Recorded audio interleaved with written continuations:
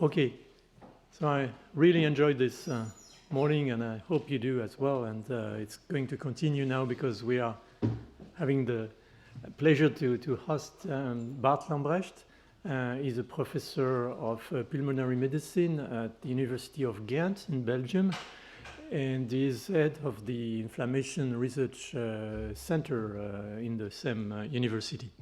Bert is also a rare person because he's really changed our view of pulmonary allergy, especially asthma, in the sense that asthma was considered so far as a sort of disease of bronchoconstriction and all these things that were a bit mysterious, and he basically changed the view and put it on in the field of inflammation. And is really making of asthma now a disease that is immunologically mediated. He has identified the dendritic cells and the subpopulations which are involved. But more than that, is really putting it in the context of this hygiene hypothesis that we all hear about. And this is a very nice example of this postmodern disease where change in exposure to the microbial environment actually causing dysfunction of the immune system, and asthma will be part of this. So I'm absolutely delighted to hear this story from Bart Lambrecht, and I'm sure you will as well. Thank you very much for coming. Thank you, Philippe, for the kind invitation. Also, thanks to Hoeks for inviting me and organizing this meeting. So, just to put you in scope with the problem, just like Philippe was saying, asthma is one of those diseases of modern society. So. This slide was taken from a colleague of yours, from Jean-François Bach here in Paris, showing how the incidence of immune-mediated diseases has increased since the Second World War. So, since 1950, we see an almost fourfold, and sometimes in some countries even an eightfold increase in the occurrence of asthma in a very short time frame. But the same thing is also happening for other immune-mediated diseases like type 1 diabetes, multiple sclerosis, autoimmunity of the brain, and Crohn's disease, which is an inflammatory disease of the intestine. And this is rather frustrating because this has occurred at the same time that we have learned very much about the immune system. So it seems like the more we know about the immune system, the more we are affected by immune-mediated diseases. At the same time, with vaccination, and all our knowledge about microbial pathogenesis, we have designed vaccines, and at the same time, all the infectious diseases have that used to threaten the Western world. All of those diseases are rapidly declining, not just due to vaccination, but also due to increased sanitation. Think about tuberculosis, for example. It was declining already from the beginning of the 1900s, in fact, due to treatment of cows' tuberculosis, but also due to sanitation. And this problem have, of course, been linked to each other. Maybe this is related to this. I'll come back to that later. But the scope of the problem is big, and I mean, studying the origin of life is not a trivial question. It's a very important question. But also understanding why allergy is so common is also not a trivial question, because nowadays 1 in 3 children are allergic, which means that in any regular classroom of children, primary school, there would be 7 or 8 children who have an allergic disease. That's pretty amazing, that everybody knows about it now. Everybody has a child or a grandchild who has to take buffers or medications for allergy. And this didn't used to be the case. After the Second World War, 1950s, it was very uncommon to have allergies and asthma. This has totally changed.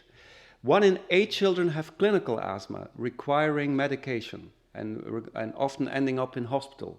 And then worldwide, there's about 700 million people who currently need allergy medications and that don't get access to it. There's only the minority in the world would have access to drugs for allergy. And the size of the problem also economically is huge. So in the US, it's been estimated that a disease like asthma, so it's only one of the allergy diseases, it costs $20 billion per year to the society. $20 billion per year just to treat asthma. So it's really, really big medical problem. So the way that we study this disease is mainly we have been studying how we become allergic to house dust mite allergens.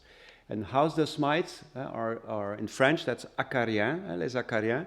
They live in mattress, in sheets, in blankets, and they feed themselves on human skin. So they are really, they're constantly living in environments where there are people. So if you would vacuum here and then put your the dust under the microscope, you would find house dust mites, without any doubt. Also in the seats here that you're sitting in, they're there. Everywhere there's humans, there's house dust mites, and they really look quite hostile, but in fact they're not. And we're not allergic to the house dust mite itself, but we're allergic to the fecal droppings of the house dust mite, because those are little membrane-encased droppings that are in the correct size. You see an electron microscope picture here. They're in the correct size. They're like 1 to 2 micrometers big, and those can be inhaled in the deeper airways. These critters are too big to be inhaled, so we never ever get exposed to the actual organism. It's to the fecal droppings. And we know now there's at least 25 different allergens, and we've just done a sequencing of this organism, and we've actually discovered 30 new ones. So there's at least 60 allergens to which people react from within those fecal pellets. So products that are in there, people react to. And many of those allergens are cysteine proteinases, so they're proteolytically active. But because this is the poop of an organism, there's always microbes in there. There's always gram-positives, gram-negative, and fungi in those fecal pellets.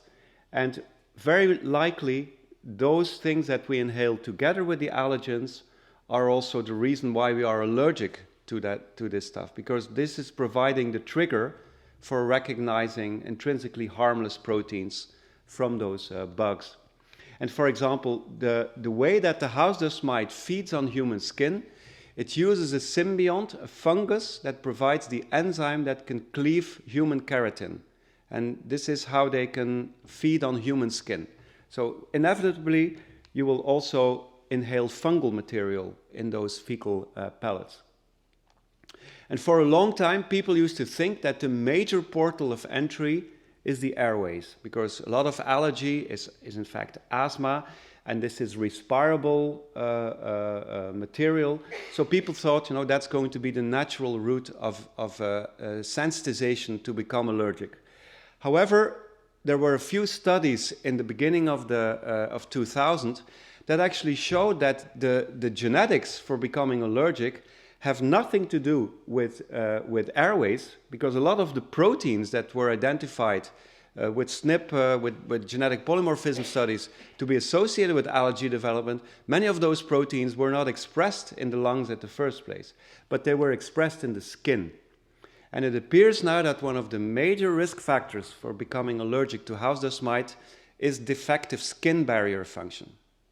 And for a long time, clinicians used to think that the first sign of allergy is a kid that is born with eczema.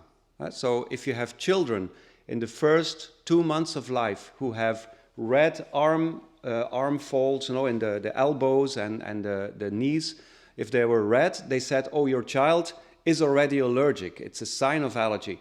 In fact, we know now it's a risk factor for allergy, because it's nothing else but permeable skin allowing allergens to penetrate through the skin and to induce sensitization to allergens.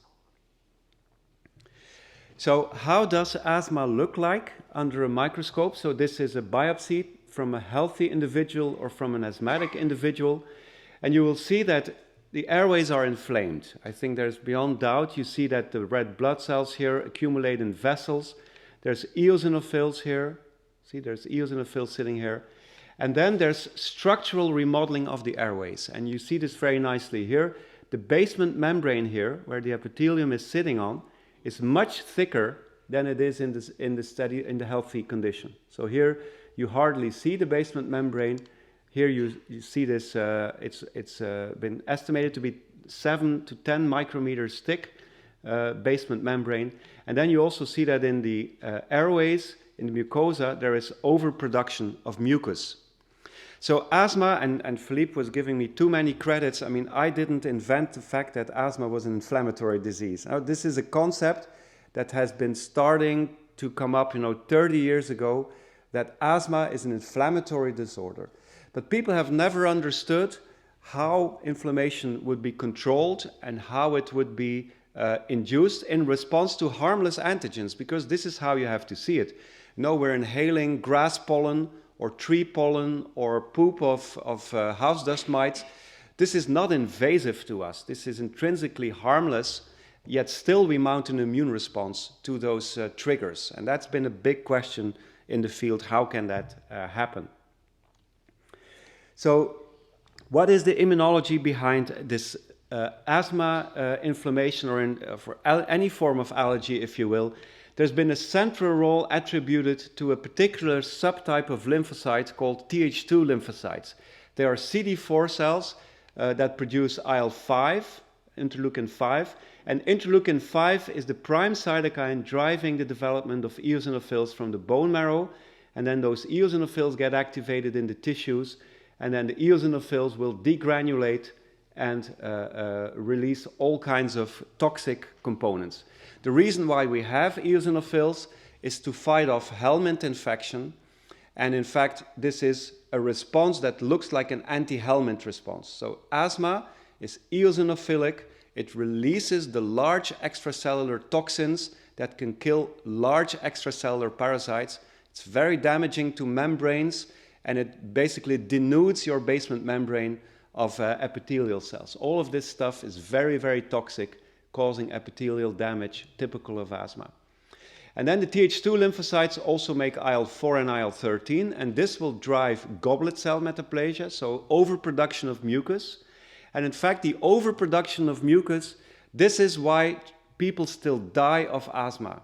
The eosinophilia, we can beautifully treat that. There's now drugs coming on the market as we speak. In September 2016, there's a new biological on the market called mepolizumab. It's an anti-IL-5 blocking antibody that is given to patients with severe asthma. It's very costly, but it's really, really making a difference for severe asthmatics. For goblet cell metaplasia, we don't have anything for the moment. So when people die nowadays of asthma, they die with mucus in their airways. And I've seen patients with asthma in the intensive care where you do a bronchoscopy and you suck away the mucus, and you in fact get a cast of the entire bronchial tree coming out of the airways. Because the mucus is so tough and rigid, it can totally block the inside of the airways. It's very, very, very dangerous to have this in your airways. And then finally, the remodeling that we see in the airways, so the thickening of the basement membrane and the fibrosis, is again induced by Th2 lymphocytes making growth factors like amphiregulin. This is an EGF-like molecule that drives fibrosis and also drives bronchial hyperactivity. And this bronchial hyperactivity, I need to explain to you, this is in fact what an asthma patient feels. So there's many patients with asthma who say, I am allergic to cold air, for example. I cannot inhale cold air. There's no such thing as allergy to cold air. No, you cannot be allergic to something, physical. But what happens is that cold air is an enormous trigger for smooth muscle to contract. And that's called bronchial hyperactivity. Another example of that is exercise. When an asthmatic has an exercise, they have bronchoconstriction. And this is because the smooth muscle cells become hyperactive or hyperreactive, caused again by Th2 cytokines like IL-13 and IL-5. So no doubt about it that many of these cytokines now are prime targets for biologicals. So IL-5 is on the market. There's now IL-4, IL-13 blockade being developed. There's molecules like VCAM1 blockade, VLA4 blockade. All of those are the new biologicals for asthma. And on top of that, the receptors expressed by these Th2 cells, some of them are also very druggable. Like the CCR4 receptor, for example. They're small molecule antagonists now, and these cytokines, I'll come back to them later, are also very druggable. IL-33 is a cytokine driving activation of Th2 cells, and it's very druggable. So this brings me back to the question, how can we become allergic to those little fecal droplets if they're really not so dangerous and not so invasive? Same for tree pollen and grass pollen. And you have to think of it like this. So this is an electron microscope picture we took from a mouse lung. It's just out of the animal house, you fix it and then you do an electron microscope picture. And you see how impermeable these airways in fact are. They're tightly connected epithelial cells, and then we inhale those fecal droplets. How can the immune system recognize across this impermeable barrier? And that's really the function of a network of antigen-presenting cells called dendritic cells that are sitting there and probing the airways. And this is a dual photon image we took. The blue here is the collagen under the basement membrane. Then the green is C11C. It's a marker for dendritic cells, antigen-presenting cells. And then we also injected an antibody to C11B in red, which shows you, in fact, that some of the green cells turn yellow, meaning that they are also expressing C11B, whereas other cells are just green and then others are red. So there's a big heterogeneity in a network of myeloid cells sitting around the airways in steady state conditions. So this is an unmanipulated mouse fresh out of the animal house. So how do those cells grab antigens? This is again a dual photon image. It's now a class 2 GFP knock-in. This is the airway lumen. There's a dendritic cell sitting here, and it's extending its dendrites here into the airway lumen. So this is how you can recognize inhaled antigens across this impermeable barrier. It's because those dendritic cells are specialized for probing the environment by sticking out dendrites. And in the airways, they do that with very long dendrites sitting in the mucus layer, whereas in the gut, they do it with a little periscope technique. So they stick out one single dendrite that's then probing around in the mucus of the gut, trying to find commensals, pathogens, and trying to make sense of what they are. In the skin, it's exactly the same. The Langerhans cells of the skin, you might have remembered those from your biology course. Langerhans cells of the skin are the dendritic cells of the skin, and they themselves form this probing behavior just underneath the keratin layer. So the keratin layer is impermeable, but if something goes through, the first cells that they recognize are differentiating keratinocytes, and in between those you find these long dendrites probing for antigen. Okay, so do we need those dendritic cells for allergy development? And this is an experiment or series of experiments we did over the years. This is a mouse where you can deplete dendritic cells using a diphtheria toxin strategy. So normal mice don't have the diphtheria toxin receptor, so they are insensitive to diphtheria toxin. You can reintroduce the receptor in a cell-specific manner and then kill only those cells that have the receptor. So if you do this with a C11C promoter, you only kill the C11C expressing cells, which are dendritic cells and macrophages, etc.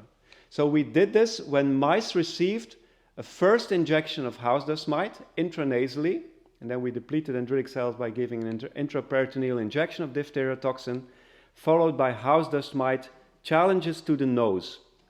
And in this model, if you actively sensitize with house dust mite and challenge with house dust mite, you get this typical airway eosinophilia. Here, the black bars that you don't see if you don't give house dust mite here, only give house dust mite there. So you induce eosinophilia.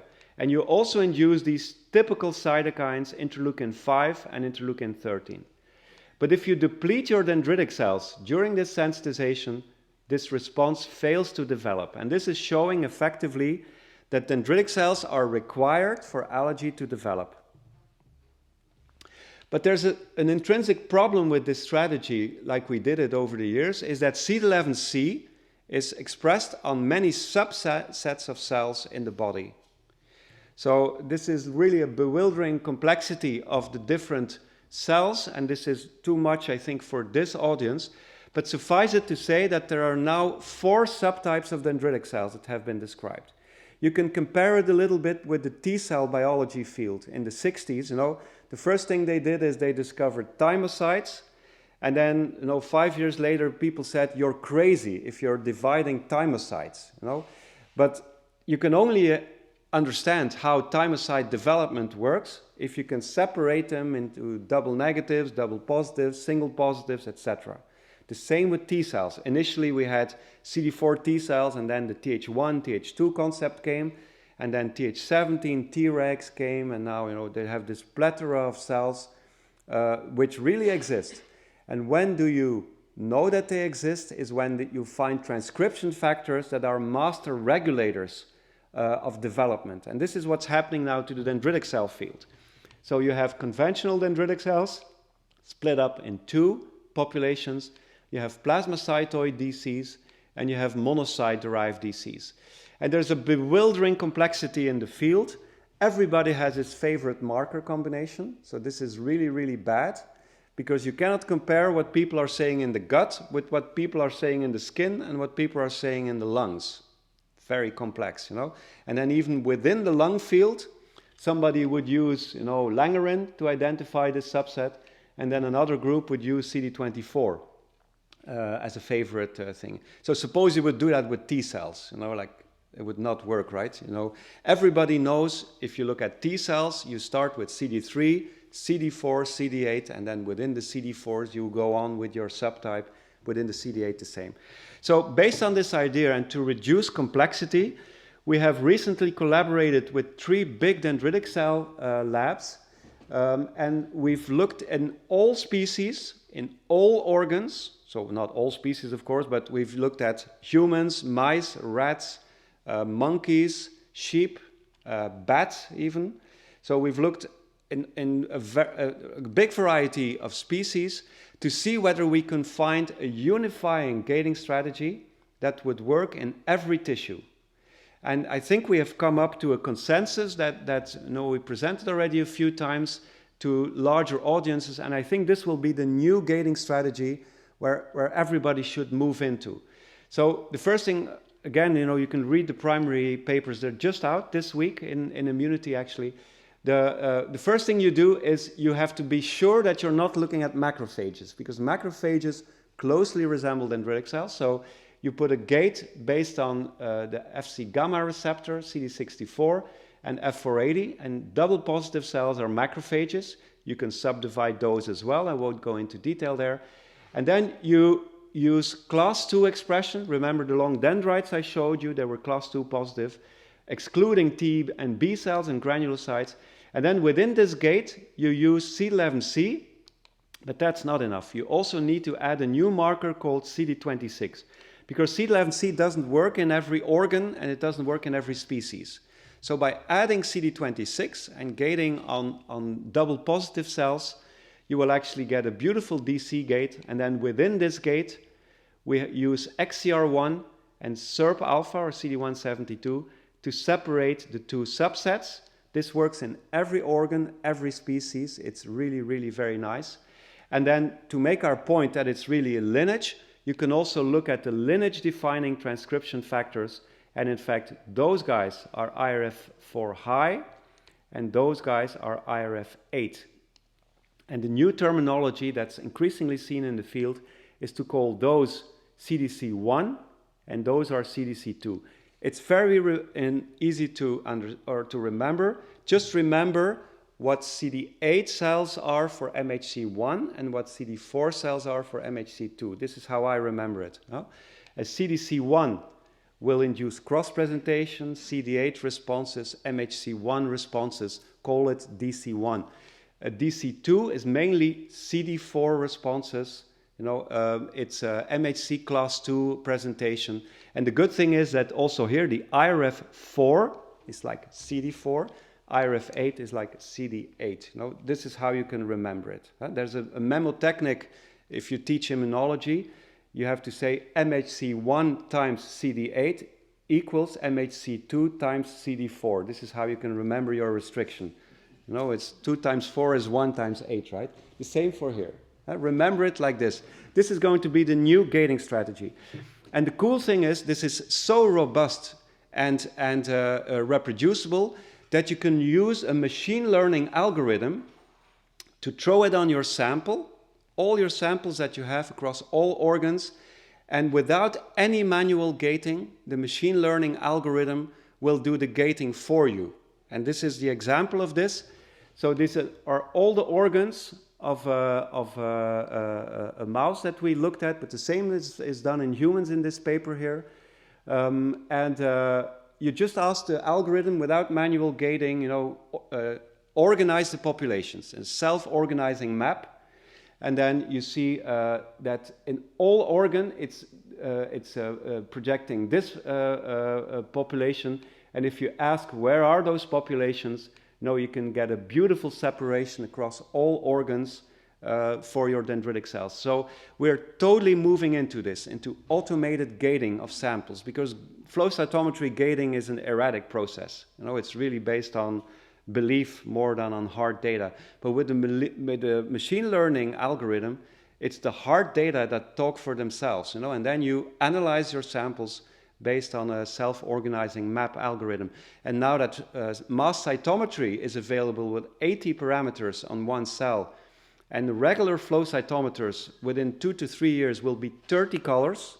We're going to 30 color flow cytometry within 2 years. You need these algorithms. You cannot do that manually anymore because the experiment takes one day of acquisition, and then the analysis takes 30 days of experimentation and analysis. So we need to move into automated things.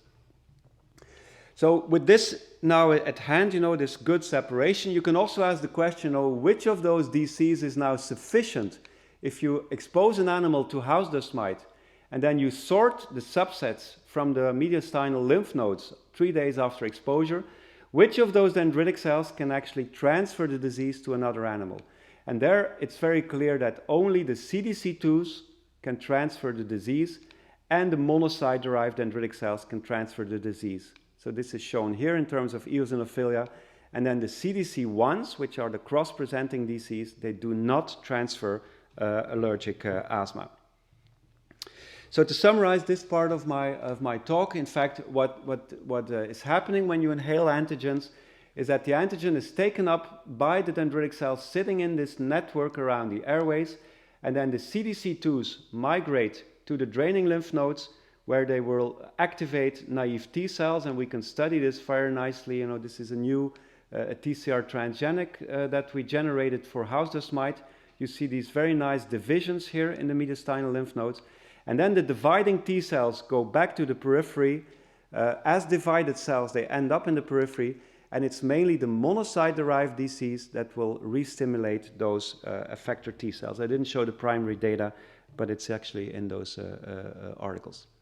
So coming back to the question now, if dendritic cells are really driving this response to allergens, how do those dendritic cells get activated in the first place? And you have to think of it, when a child becomes allergic, it's becoming allergic at a phase, where it's seeing many things at the same time. It's also being exposed to a lot of viruses. Think about RS virus, RSV, respiratory syncytial virus. It's mainly hitting the first 2 years of life, where it can cause a severe bronchiolitis. And a severe bronchiolitis is a very strong risk factor for becoming asthmatic later in life. And so there's this link between viruses and sensitization. And then we live in a polluted environment. There's cigarette smoke, there's diesel particles, ozone concentrations are high. And all of those things that we know from epidemiology are also very well known to cause allergic sensitization. As cigarette smoke in a mother, for example, it's about the strongest risk factor you can have for a child to become allergic. There's a 6 times higher risk of becoming house dust mite allergic when the mother smokes during pregnancy and in the first year of life of the child. So all of this needs to be integrated, by the dendritic cell, and then the dendritic cell needs to make up its mind, and say, I will mount a Th2 response, or a Th1 response, or a Th17, or a regulatory response, or I would just not care about the whole thing. Those are the possibilities, right? So it's obvious to assume that many of those things, including allergens, because it's poop from an organism, would be contaminated with toll-like receptor ligands, just like we've heard from Cyril's talk. All those receptors are very much expressed in the airways, not only by the dendritic cells, but also by the epithelial cells. So we did an experiment a couple of years ago where we've looked at the role of toll-like receptor 4 in driving allergy to house dust mites. So we made bone marrow chimeric mice where you can have a knockout of TLR4 on the immune system or on the lung structural cells. And what was very remarkable is that the allergy that develops in the wild types was completely abolished in the TLR4 knockouts.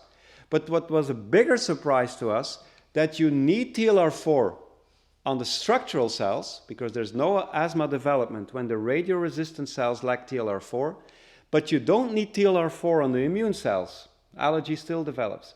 And this was a very important pointer to us, that the lung structural cells, the radioresistant lung structural cells, are in fact expressing TLR4, and that triggering of TLR4 by allergens drives allergy development.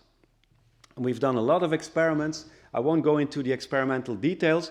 It's mainly the work of my long-term colleague Hamida Hamad, who's actually co-directing the unit with me. And what we have found is in fact that house dust mite exposure leads to triggering of TLR4 receptors, and this leads to the production of endogenous danger signals that will then lead to an autocrine loop of IL-1 production, acting on the epithelium again to produce pro-Th2 cytokines like IL-33, TSLP, GM-CSF, and this programs the dendritic cells to induce allergy. So how could all of this be related to the gene-by-environment interaction? Now, if it's really dendritic cells talking with epithelial cells, and then the epithelial cells programming the dendritic cells to induce Th2 immunity, could this effect of the changing environment be caused by a disturbed epithelial dendritic cell communication? So we've started to address this a couple of years ago, and one of the strongest protective environments known to human medicine is in fact growing up in an endotoxin-rich environment. This is a beautiful study that Erika von Mussius did in Germany and Switzerland, where they have found that children, this is the amount of endotoxin in mattresses, just in the bedroom, you measure the endotoxin content, and the higher the endotoxin content in your bedroom, the less likely you are to be IgE sensitized, to have hay fever and atopic wheezing. It's a very careful epidemiological study with more than 3,000 children that were probed over time in these environments. So endotoxin, high endotoxin, seems to protect from allergy. But this was epidemiology for a long time. So we've looked at this in the house dust mite model now, and we've exposed mice to low doses of endotoxin, 100 nanograms. This is not like really a very, very, you wouldn't get into sepsis or anything with these kinds of doses. It's a low dose of inhaled endotoxin prior to making mice allergic to house dust mite, followed by house dust mite challenges. So if you give no house dust mite here, just PBS, sensitization, followed by house dust mite challenges, there's no eosinophilia, and there's no IgE, and there's no bronchial hyperactivity, this tendency of the airways to contract. If you actively sensitize and you pre-treat the animals with PBS, you develop this eosinophilia, house dust mite specific IgE responses, typical of allergy, and bronchial hyperactivity. But if you pre-treat the animals with low-dose endotoxin, you can actually suppress the development of eosinophilia, IgE, and bronchial hyperactivity. And the reason why this endotoxin is doing this, it is in fact with this chronic tonic stimulation of 2 weeks, what you're doing is you're reducing the production of cytokines by lung epithelial cells. These are sorted lung epithelial cells from in vivo LPS exposed animals that were then treated with house dust mite. And you will actually see that in the PBS pre-treated group, the house dust mite induces a chemokine that recruits dendritic cells, CCL20, and it produces the major growth factor for dendritic cells development and maturation called GM-CSF. But if the mice are pre-treated with endotoxin, this response does not develop. So it seems like an environmental dirt, if you will, endotoxin, can protect your mouse from developing this cytokine mix that primes your dendritic cells. And where do you find these endotoxin-rich environments? This is in stables, in farming environment, and that's something you have to realize, if you go for yourself, and try to remember what did your great-grandparents do, your grandparents, your own parents, and you yourself and your children, their profession. Think about it, most of us came from farms, certainly in Belgium, everybody was related to a farm. And there were really tiny little farms, with a few cows, and often the stable was connected to the living house, and there was high exposure to endotoxin. And this is still the case in Bavaria and in the regions of Switzerland close to Bavaria, where there's big cow stables with traditional farming, where the house is connected to the farm. And this is something that, again, Erika van Mussius, our collaborator, found very nicely in epidemiology. And what is protecting on the farming environment? She has very carefully done that, and it's really a very nice slide because everything is on there. So it's drinking raw milk, it's close contact with livestock, so the cow has to be really close by, and sheep and cows are more protective than pigs, for example, because pigs have a super high endotoxin content in the stable environment. It's contact with moldy hay, and some of the symbionts you were mentioning, Cyril, actually of the plant symbionts make metabolites that have this suppressive effect we found out now. And then the mother has to be in the stable during pregnancy, and it's mainly the first year of life. So this is a very, very nice slide because all the protection is on there. I'm not sure if she actually asked them to do this, but in real life, it's often the case. When you're on a farm, work has to be done, and as soon as a child is born, the mother returns to the job, and the child really goes into the environment where the cows and the work is being done. And we've collaborated with Erika, and she has sent us farm dust collected from farms in Bavaria, just with an electrostatic device. You can call it a Swiffer. It's really a Swiffer that's hung up in a kind of collection device, and electrostatically you just collect the dust that's in the air of the farm. You make extract, you put this in your mouse model, and you totally suppress airway eosinophilia, prevent airway eosinophilia. And then we've looked at the molecular mechanism of that, and we've been able to find that one of the deubiquitinating enzymes, which is also what you find in your small molecules to regulate your pattern recognition receptor regulation, ubiquitination within the toll-like receptor family is heavily controlled by deubiquitinases. One of them is called TNF-AIP3 or A20. If you take away A20 from your lung epithelium, you lose your protection.